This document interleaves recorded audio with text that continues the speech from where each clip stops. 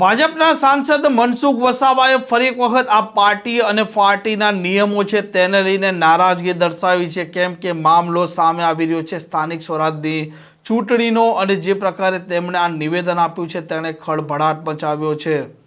વૈષ્ણવજન તો તેને કહીએ જે પીડ પરાઈ જાનાને રે।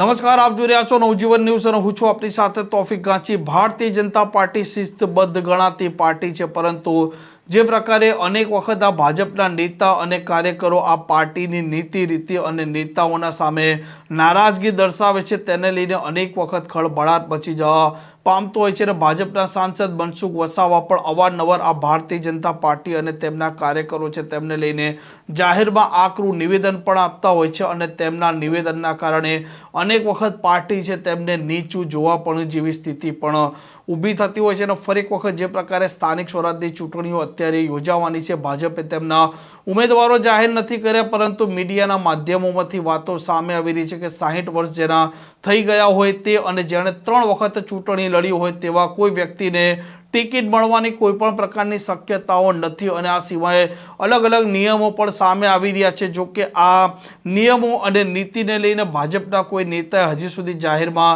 નિવેદન નથી આપ્યું, પરંતુ જે પ્રકારે આ મામલો સામે આવ્યો છે તેને લઈને હવે ભાજપના સાંસદ મનસુખ વસાવા મેદાને પડ્યા છે। આ વખતે અમને ડર આમ આદમી પાર્ટી કે કોંગ્રેસનો નથી। પાર્ટીની અંદર ટિકિટ આપવા માટે કેટલાક નિયમો બનાવ્યા છે, એ નિયમો પાર્ટી નુકસાન કરશે।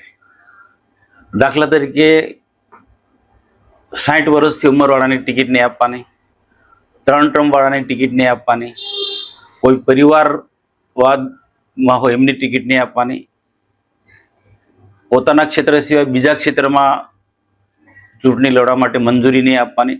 આ બધા જે પાર્ટીએ જે નિયમો બનાવ્યા છે એના કારણે કાર્યકર્તાઓ સખત નારાજ છે।